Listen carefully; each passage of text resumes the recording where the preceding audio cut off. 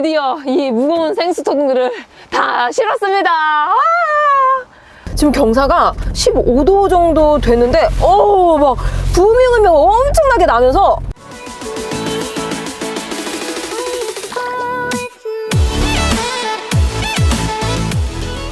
안녕하세요. 저는 홍시입니다. 여러분, 캐스퍼 베니 출시가 됐습니다. 와! 이번 캐스퍼 벤은 1,300만 원부터 시작입니다. 캐스퍼는 터보가 있기 때문에 현존하는 경영 벤 중에서 출력은 가장 우위인데요. 물론 최근 출시된 신형 레이벤에 비하면 트렁크 용량은 좀 작지만 비슷한 무게를 싣고선 더 가뿐하게 움직일 수 있다는 이야기입니다. 먼저 일반 모델과 다른 점은 바로 벤답게 여기 이렇게 안전바가 있고요. 또 칸막이도 설치가 되어 있습니다. 특히 시트 탈거가 되면서 여기 바닥 공간 확장이 눈에 띄는데요. 소엔토, 산타페보다도 훨씬 넓은 공간을 가지고 있습니다. 택배용이나 반려동물 1인 가구에게도 편리할 것 같습니다. 공간이 여유롭다 보니까 차박을 생각하시는 분들도 많으실 것 같은데요. 하지만 누울 수가 없어! 지금 보시는 것처럼 일반 모델에 비해서 헤드룸은 굉장히 여유로워졌습니다. 대신에 칸막이 때문에 눕기에는 더욱 불편해졌는데요.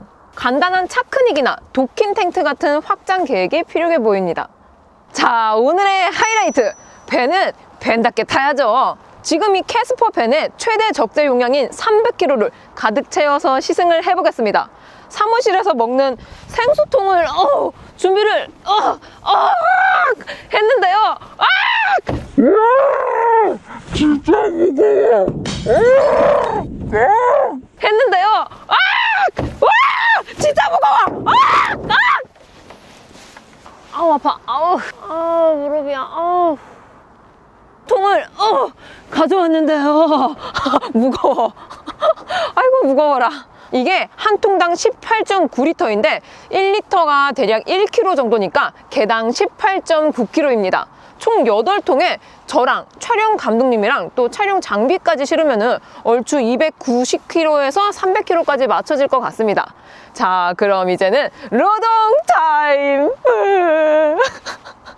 먼저 차에 스크래치가 나면 안 되니까 이 어린이용 매트로 한번 깔아줄게요. 차를 한 번씩 보호를 해주는 거죠.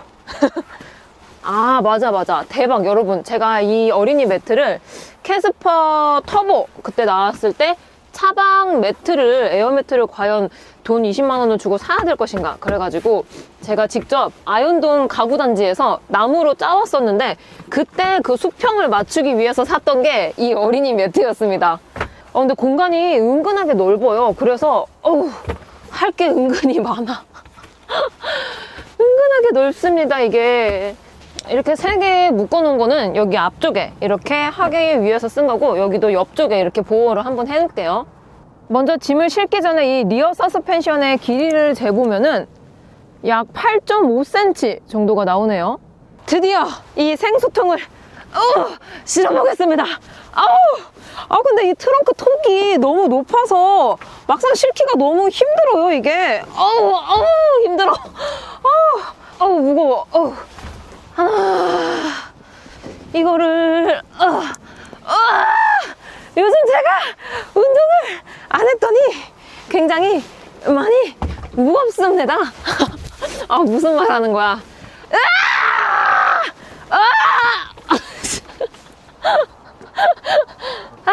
이번에는 뒷문으로도 실어볼게요.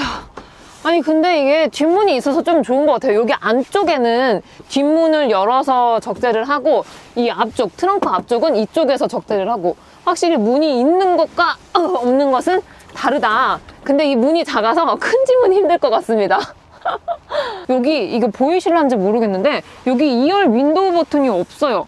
어차피 여기 2열에는 사람이 타지도 않고 또 짐을 실었을 때 이렇게 잘못 누르면 위험한 상황이 올 수도 있으니까 아예 윈도우 버튼을 없애버린 것 같습니다. 좋네요.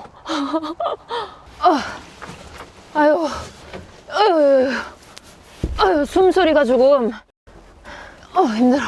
이렇게 조금 일렬로 맞춰놓은 다음에 이 옆면도 같이 보강을 할게요. 여기 문짝도 닫히면 안 되니까. 드디어 이 무거운 생수통들을 다 실었습니다. 정말 길고 힘들었다. 이렇게 물통을 다 실었습니다. 역시 여기 리어 서스펜션이 훅 눌러버렸는데요. 길이를 재보면은 약 6cm 정도가 남아 있습니다. 캐스퍼는 전륜 구동이기 때문에 지금처럼 무게중심이 뒤로 쏠려 있으면 미끄러운 언덕길 같은 데서 바퀴가 헛돌거나 아니면 위험한 상황이 올 수도 있는데요. 물론 휠하우스와 바퀴 사이에 공간이 이 정도 남아 있으니까 큰 걱정할 필요는 없습니다. 하지만 그래도 걱정이 된다? 그럴 때에는 애프터 마켓에서 인치업 스프링으로 교환하시면 조금 더 안전할 것 같습니다. 자, 그럼 최대 적재량을 채운 캐스퍼 밴 주행을 나가볼게요. 고! 짠! 캐스퍼 밴을 타고 도로에 나왔습니다. 지금 이 차는 95만원짜리 터보가 들어가서 100마력인데요. 드라이브 모드가 삭제되긴 했지만 가속감은 잘 치고 나가고 시원시원합니다. 여기서 살짝만 더 속도를 끌어올려보면은 뭐 잘 나가는데 100부터는 힘이 조금 부족합니다. 그래도 뭐 이 정도면은 도로 흐름 타기는 무난한 것 같아요. 같은 무게의 레이였다면 막 쥐어짜도 못 달렸을 것 같은데 역시 터보가 여유롭네요.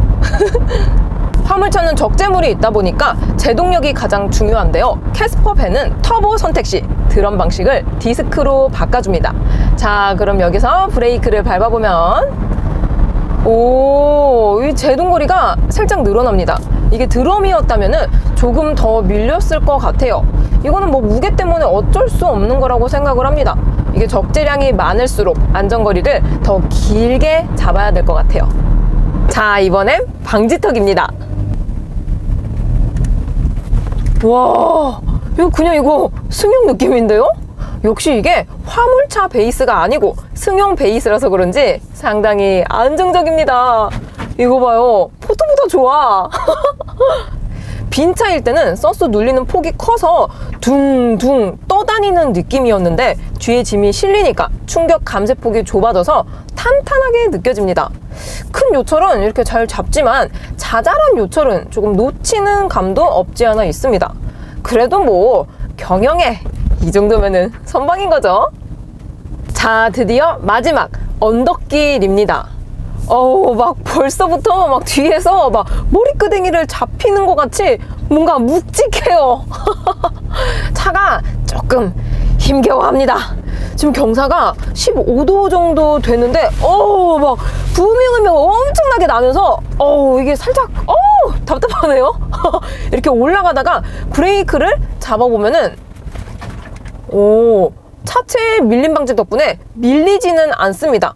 여기서 딱 정차해요. 근데 이렇게 브레이크를 살살 놀면은 세상에 뒤로 밀립니다, 차가. 근데 이거는 원래 밀림 방지 장치가 빠지면서 생기는 정상적인 반응인데 사륜이 있었으면은 조금은 더 좋았을 것 같습니다. 자, 이렇게 캐스퍼 밴 시승을 해보았습니다. 300kg 가까이 짐을 싣고 다녔는데도 차가 안정적이라서 놀랐습니다. 적재 상태의 실 연비는 14에서 15km 정도 나왔는데 화물차니까 유류세 환급으로 30만 원까지 받으면은 뭐 거의 공짜 주행이겠네요.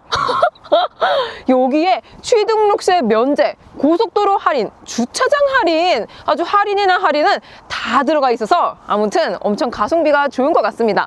승용에 비해 편의 옵션은 조금 빠졌지만 ADAS는 기본이라서 정말 화물로만 쓰기에는 아까운 차! 캐스퍼 밴 터보였습니다.